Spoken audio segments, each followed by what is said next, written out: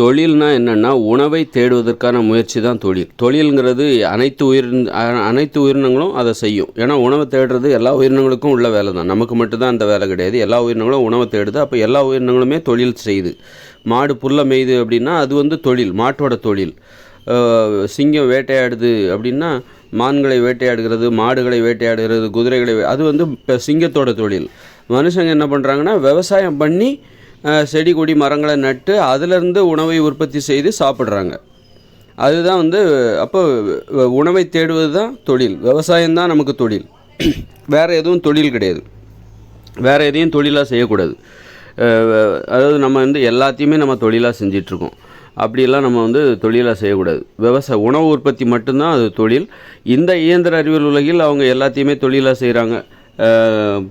பாடம் சொல்லி கொடுக்கறது, மருத்துவம் செய்கிறது, இப்படி இது எல்லாத்தையுமே தொழிலாக செய்கிறாங்க. அது இந்த இயந்திர அறிவியல் உலகம் செயற்கையானது, இயற்கையானது கிடையாது. இயற்கைக்கு முரணாக இயங்கி கொண்டிருக்கிற ஒரு உலகம் இது. பொய்யான நம்பிக்கைகளை அடிப்படையாக கொண்டு இயங்கி கொண்டிருக்கிற ஒரு உலகம்தான் தற்போதுள்ள இயந்திர அறிவியல் உலகம். அப்போ தொழில்னா என்ன அப்படின்னா அது உணவை தேடுவது தான். உணவை பிற உயிர்கள், ஆடு மாடு இலைதழைகளை புல்லை மேய்த மாடு, அப்போ அதுதான் அதுக்கு தொழில். சிங்கம் வேட்டையாடுது, சிங்கம் புலி சிறுத்தைகள்லாம் வேட்டையாடுது, அப்போ அதுதான் அதுக்கு தொழில். மனுஷங்க எப்படி உணவை தேடுறாங்க அப்படின்னா அவங்க உணவு செடி கொடிகளை நட்டு மரங்களுக்கு தண்ணி ஊற்றி உரம் போட்டு அதுலேருந்து வர பழங்களை சாப்பிட்றாங்க. அப்போ விவசாயம் மட்டும்தான் மனுஷங்களுக்கு தொழிலாக இருக்க முடியும் இயற்கை விதிமுறைப்படி. பிற எதுவும் தொழிலாக கிடையாது. அப்படின்னா இப்போ அதே நேரத்தில் தொழிலை நம்ம எப்படி செய்யணும் அப்படின்னா யாரு கீழே இருந்தும் நம்ம வேலை செய்யக்கூடாது. நமக்குள்ளே நாம் யாரையும் வச்சுக்கக்கூடாது. நாமளும் யாரையும் வேலை வாங்கக்கூடாது, நம்மளையும் யாரும் வேலை வாங்கக்கூடாது. நமக்கு நாம் தான் முதலாளி, நமக்கு நாம் தான் தொழிலாளி. நாம் வேலை வாங்கிக்கணும். அதுதான் தொழில் செய்வதற்கான ஒரு விதிமுறை. அப்போ அதுக்கு இன்றைக்கி இருக்கிற தொழிலெல்லாம் பார்த்திங்கன்னா அந்த மாதிரி நமக்கு நாமளே எல்லாத்தையும் செஞ்சிக்க முடியாது. பல பேரோட உதவி இருந்தால் தான், பல பேரை வச்சு வேலை வாங்கினா தான் இன்றைக்கி இருக்கிற இயந்திர அறிவியல் உலகில் நாம் இன்றைக்கி உள்ள வேலைகளை நம்ம செய்ய முடியும். அதனால் இயந்திர அறிவியல் உலகம் அது இயற்கையாக ஒரு தொழிலை செய்வதற்கான விதிமுறையை புறக்கணித்து விட்டு செயல்பட்டு கொண்டிருக்கிற ஒரு பொய்யான நம்பிக்கையை அடிப்படையாக கொண்ட ஒரு உலகம்தான் இயந்திர அறிவியல் உலகம். அப்போ தொழில்னா என்னென்னா நீ தனித்தனியாக செய்யணும். இப்போ ஆடு மாடெல்லாம் புல்லை மேயுது, உணவை தேடுவது தான் தொழில்னா. மாடு புல்லை மேயுது அப்படின்னா மாடு தனியாக தானே புல்லை மேயுது. அதனால் அது யாரையாவது வேலை வாங்குதா? போய் அந்த புல்லை எடுத்துகிட்டு வா, அந்த புல்லை அந்த செடியை பிடிச்சிட்டு வா, பறிச்சுட்டு வா, நான் சாப்பிட்ணும் அப்படின்னு ஏதாவது வேலை வாங்குதா? வேலை வாங்குறது இல்லை. பிறரை வேலை வாங்குவது, பிற உயிரினங்கள் வேலை வாங்குவதில்லை. இப்போ நாம் தான் என்ன பண்ணுறோம், தொழிலில் என்ன பண்ணுறோம், அதை செய் இதை செய், இவர் தான் மேலதிகாரி, நீ திறமை குறைவாக இருக்குது, எனக்கு கீழே நீ இரு, நான் சொல்கிற வேலையை நீ செய்யணும், அப்போ தான் உனக்கு சம்பளம் அப்படின்னு சொல்லி நம்ம இதெல்லாம் செயற்கையானது. அப்போ அப்படி ஒருத்தர் நம்மளை அடிமைப்படுத்துகிறாங்கல்ல. தொழிலில் உள்ள ஏற்றுக்கொள்ளப்பட்ட அடிமைத்தனம். தொழிலில் உள்ள அடிமைத்தனம் என்பது ஏற்றுக்கொள்ளப்பட்ட அடிமைத்தனம். நம்மளாம் ஏற்றுக்கிட்டோம். நீ உனக்கு திறமையாக இருந்தால் நீ முதலாளி ஆகலாம், மேனேஜர் ஆகலாம், முதலாளி ஆகலாம். உனக்கு திறமை குறைவாக இருந்தால் நீ கடைசியில் இருப்ப. அதனால் இதெல்லாம் ஏற்றுக்கொள்ளப்பட்ட ஒரு அடிமைத்தனம். இந்த அடிமைத்தனத்தினால என்ன ஆகும் அப்படின்னா நமக்கு அவமானம் கண்டிப்பாக ஏற்படும். ஏன்னா இது செயற்கையானது. இன்னொருத்தர் வேலை வாங்குறாங்க, பயமுறுத்தி வேலை வாங்குவாங்க. இப்போ உரிமையோட ஒரு அம்மா தன்னுடைய பையன்கிட்ட ஒரு வேலை வாங்குறாங்க அப்படின்னா அது உரிமையோட வேலை வாங்குறது. அது எளிதான வேலையாக தான் இருக்கும். ஒரு அப்பா தான் பையனை வேலை வாங்குறாருன்னா அது உரிமையோட வாங்குகிற வேலை, அது எளிதாக தான் இருக்கும். ஆனால் நம்ம வேலை தொழில்னு வரும்போது நம்மளுடைய மேலதிகாரி, நம்முடைய முதலாளி நம்மளை வேலை வாங்குறாருன்னா அது ரொம்ப கஷ்டமான வேலையாக இருக்கும். அவருக்கு பயந்துக்கிட்டு நம்ம அந்த கஷ்டமான வேலையை நம்ம செய்வோம். பயந்துக்கிட்டு தான் நம்ம செய்வோம். எல்லாம் வேலையை விட்டு தூக்கிடுவார், அப்புறம் சாப்பாட்டுக்கு ரொம்ப கஷ்டமாயிடும், வாழ்கிறதே ரொம்ப கஷ்டமாயிடும் அப்படின்னு சொல்லிட்டு நம்ம பயந்துக்கிட்டு தான் அந்தந்த வேலைகளை நம்ம செஞ்சிகிட்ருக்குறோம். அப்போ இது அச்சுறுத்தலை அடிப்படையாக கொண்டு, அப்போ இது ஒரு அவமானத்தை தான் தரும். நம்ம மற்றவங்களுக்கு பயந்துக்கிட்டு ஒரு வேலை செய்கிறோம்ல, அது கண்டிப்பாக அது ஒரு அவமானம் தானே. நம்மலாம் இந்த அடிமைத்தனத்தை ஏற்றுக்கொண்டாலும் இது நமக்கு அவமானத்தை தான் தரும். இப்போ நாம் செஞ்சிட்ருக்கிற தொழில் செய்கிற முறைகள் இருக்குல்ல, பிறர் கீழிருந்து வேலை செய்வது, நமக்கு கீழே 4 பேரை வேலை வாங்குறது, இந்த அடிமைத்தன தொழில் நடைமுறை என்பது நமக்கு அவமானத்தை தான் தரும்.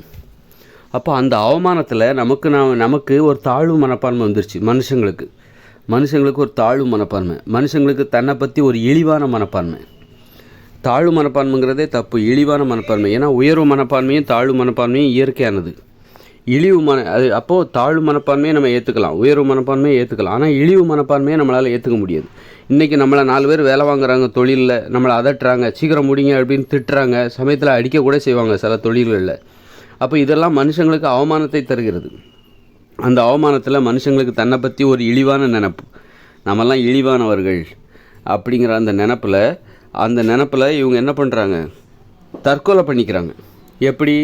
இந்த தானிய உணவுகளை சாப்பிட்டு, மாமிசம், மீன், முட்டை, தயிர், மோர் இது போன்ற உணவுகளை சாப்பிட்டு தற்கொலை பண்ணிக்கிறாங்க. உடனே சாக மாட்டாங்க, ரொம்ப லேட்டாக சாகுவாங்க. ரொம்ப காலம் கடந்து நோய்கள் உடம்பில் வந்து நீங்கள் எப்போ சாப்பிட ஆரம்பிச்சிட்டிங்களோ அப்போவே நோய்கள் உருவாக ஆரம்பிச்சிடும். இந்த தானிய உணவுகள், மாமிசம், மீன், முட்டை இது போன்ற உணவுகளை சாப்பிட்டிங்கன்னா, பால், தயிர், மோர், வெண்ணெய், டீ, காஃபி இதெல்லாம் குடிச்சிங்கன்னா, அந்த பால் கலந்த டீ, காஃபி இதெல்லாம் குடிச்சிங்கன்னா அப்போவே உங்களுக்கு வந்து நோய்கள் உருவாக ஆரம்பிச்சிடும். பிற்காலத்தில் கண்டிப்பாக நோய் வரும்.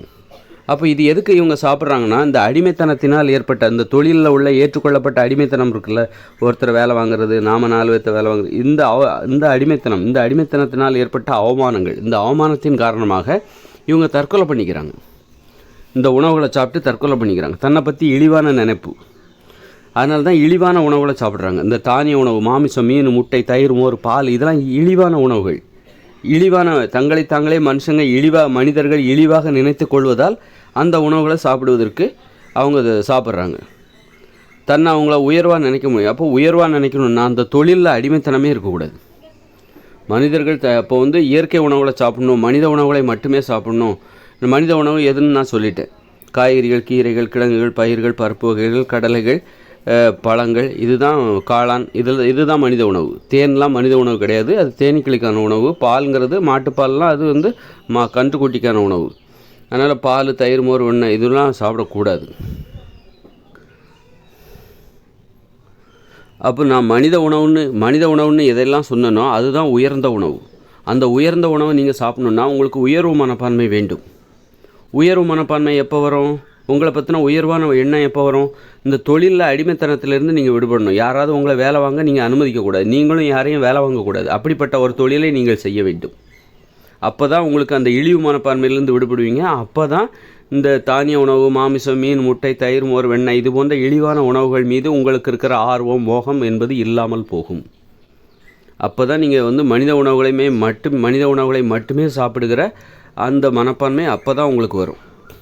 அதனால் இழிவான நிலையிலேருந்து விடுபடணும் அப்படின்னா இந்த தொழில் அடிமைத்தனம் இருக்குல்ல, ஒரு 4 பேர் கீழே 4 பேர் உங்களை வேலை வாங்குறது, நீங்கள் 4 பேரை வேலை வாங்குறது, இந்த ஏற்றுக்கொள்ளப்பட்ட அடிமைத்தனம், இந்த அவமானம், இது ஒரு அவமானம். இந்த அவமான நிலையிலிருந்து நீங்கள் வெளியேற வேண்டும். அப்போ இந்த இயந்திர அறிவியல் உலகில் நம்ம அப்படி வெளியேற முடியுமா? முடியவே முடியாது. நம்ம யாருக்குள்ளே இருந்தால் தான் வேலை பார்த்ததே ஆகணும். நம்மளும் 4 பேர்த்த வேலை வாங்கணும், இல்லைனா நம்மளை 4 பேர் வேலை வாங்குவாங்க. இந்த அவமானம், இந்த ஏற்றுக்கொள்ளப்பட்ட அடிமைத்தனத்திலேருந்து நாம் தப்பிக்கவே முடியாது. நீங்கள் விவசாயம் பண்ணலான்னா யாருக்காக பண்ணுறீங்க? யாருக்கும் நீங்கள் பயப்படவே கூடாது. அப்படி ஒரு தொழில் பண்ணணும். நீங்கள் விவசாயம் பண்ணுறீங்கன்னு வச்சுக்கோங்களேன், சரி விவசாயம் பண்ணால் நம்ம யாருக்கும் பயப்பட வேண்டிய தேவையில்ல. உங்களுக்கு சொந்தமான நிலத்தில் நீங்கள் விவசாயம் பண்ணிங்கன்னா யாருக்கும் பயப்பட வேண்டிய தேவையில்ல. அப்போவும் நீங்கள் பயப்படுவீங்க, வாடிக்கையாளருக்கு பயப்படுவீங்க. அவருக்கு பயந்துக்கிட்டு ஒரு உணவை உற்பத்தி செய்வீங்க. மற்றவங்களுக்கு பிடிச்ச ஒரு உணவை நீங்கள் உற்பத்தி செய்வீங்க. அப்போ பயப்படுவீங்க, இது வியாபாரம் ஆகுமா ஆகாதோ அப்படிங்கிற பயத்தோடு தான், ஒரு வாடிக்கையாளரை பற்றின பயத்தோடு நீங்கள் அந்த உணவை உற்பத்தி பண்ணுவீங்க. ஏதோ வேர்க்கடலையோ அல்லது வெள்ளரிக்காயோ அல்லது கொய்யாப்பழமோ ஏதோ உற்பத்தி பண்ணுறீங்கன்னு வச்சுக்கோங்க. யாரை நினச்சி உற்பத்தி பண்ணுவீங்க? இன்றைக்கி இருக்கிற விவசாயத்தில் யாரையாவது அந்த நுகர்வோருக்கு அது போய் சேரணும், மக்களுக்கு போய் சேரணும், மக்கள் இதை விலை கொடுத்து வாங்கணும், அதனால நல்லா இருக்கணும் அப்படின்னு சொல்லிட்டு பயந்துக்கிட்டே தான் அதை நீங்கள் பண்ணுவீங்க. மற்றவங்கள பற்றின பயமே உங்கள் தொழிலில் இருக்கக்கூடாது. அப்படிப்பட்ட தொழில்ங்கிறது எதுனா அதுவும் விவசாயம்தான். ஆனால் உங்களுக்கு தேவையான உணவை நீங்கள் உற்பத்தி செய்ய வேண்டும்.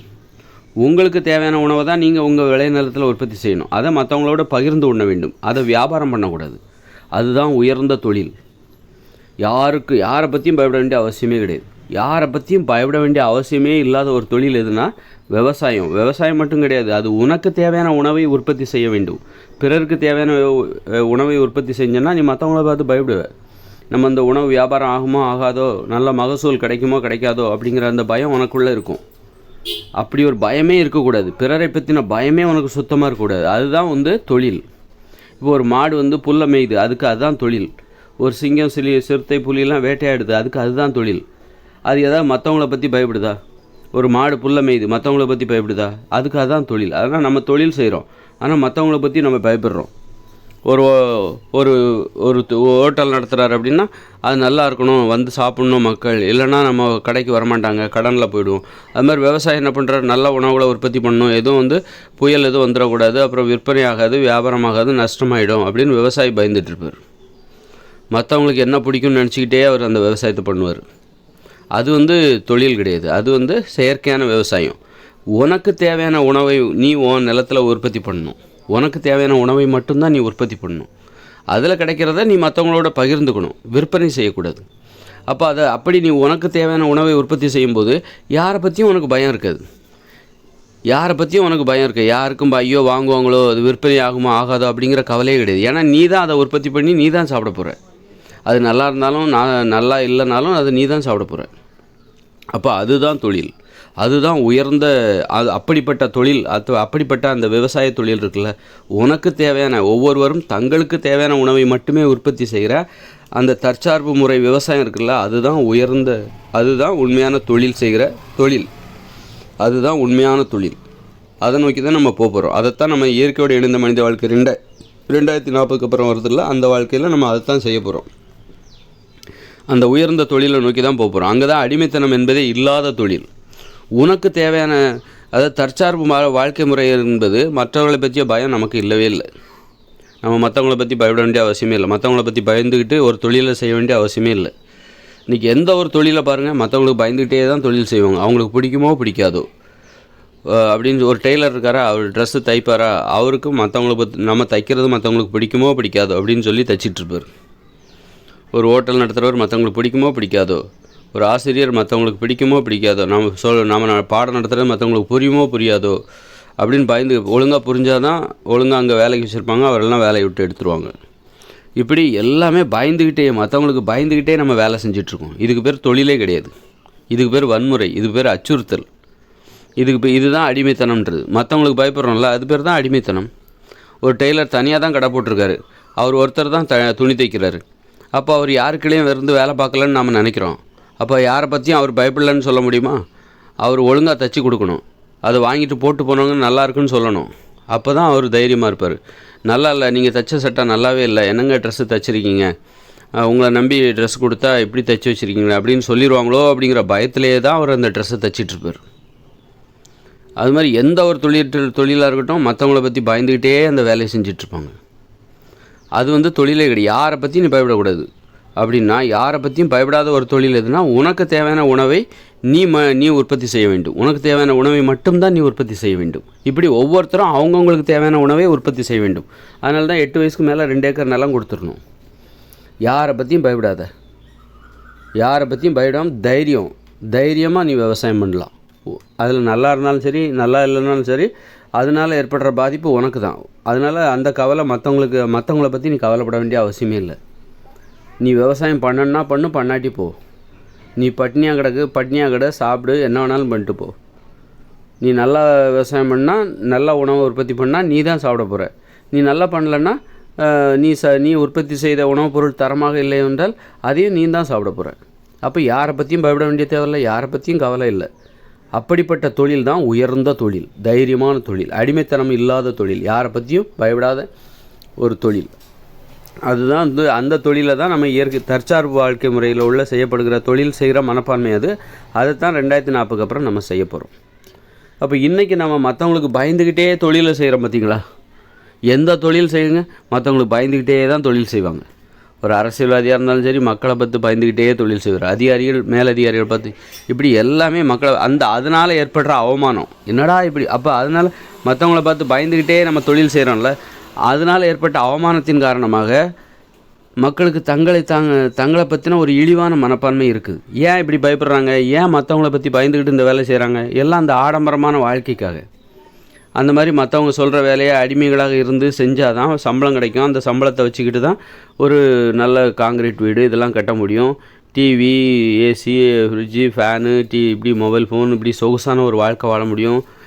மெத்தை, கட்டில், சோபா செட்டு இப்படிலாம் உட்காந்து வாழ முடியும்.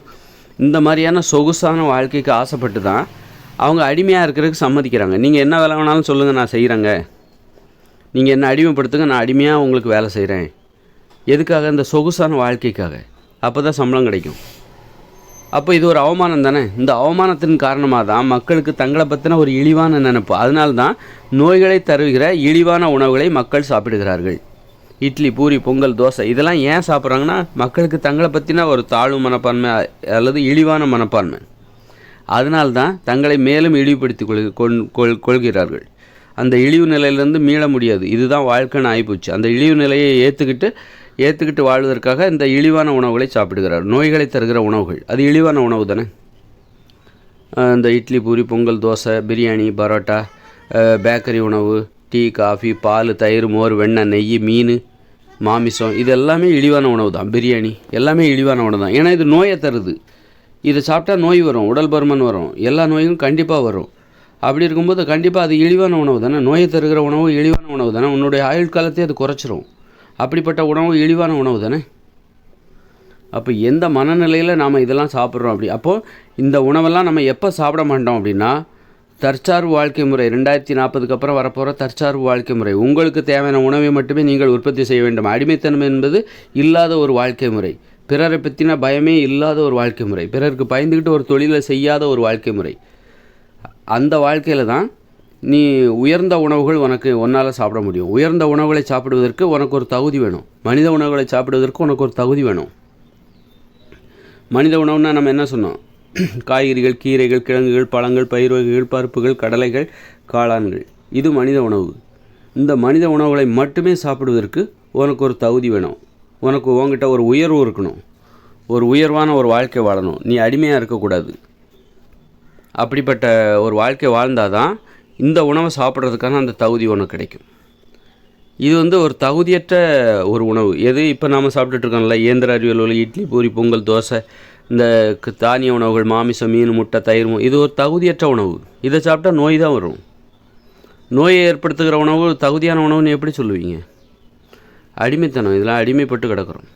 தகுதியற்ற உணவுகளுக்கு நாம் இன்றைக்கி அடிமைப்பட்டு கிடக்கிறோம். அவமானத்தில் வாழ்ந்துகிட்டு இருக்கோம். மனிதர்கள் அவமானத்தில் வாழ்ந்து கொண்டிருக்கிறார்கள். அவமானத்தில் வாழ்ந்து கொண்டிருக்கிற மனித உணர்வு தான் வன்முறை உணர்ச்சி. அதனால தான் குற்றங்கள் இங்கே நடக்குது. கோபத்தில் அவமானத்தினால மனிதர்களுக்கு ஏற்பட்ட கோபம் தான் இங்கே நடக்கிற வன்முறைகளுக்கு காரணம், குற்றங்களுக்கு காரணம். இந்த உணவு தான் இங்கே இருக்கிற நேர்மையற்ற செயல்களுக்கு காரணமாக இருக்குது. இப்படி பல பிரச்சனை.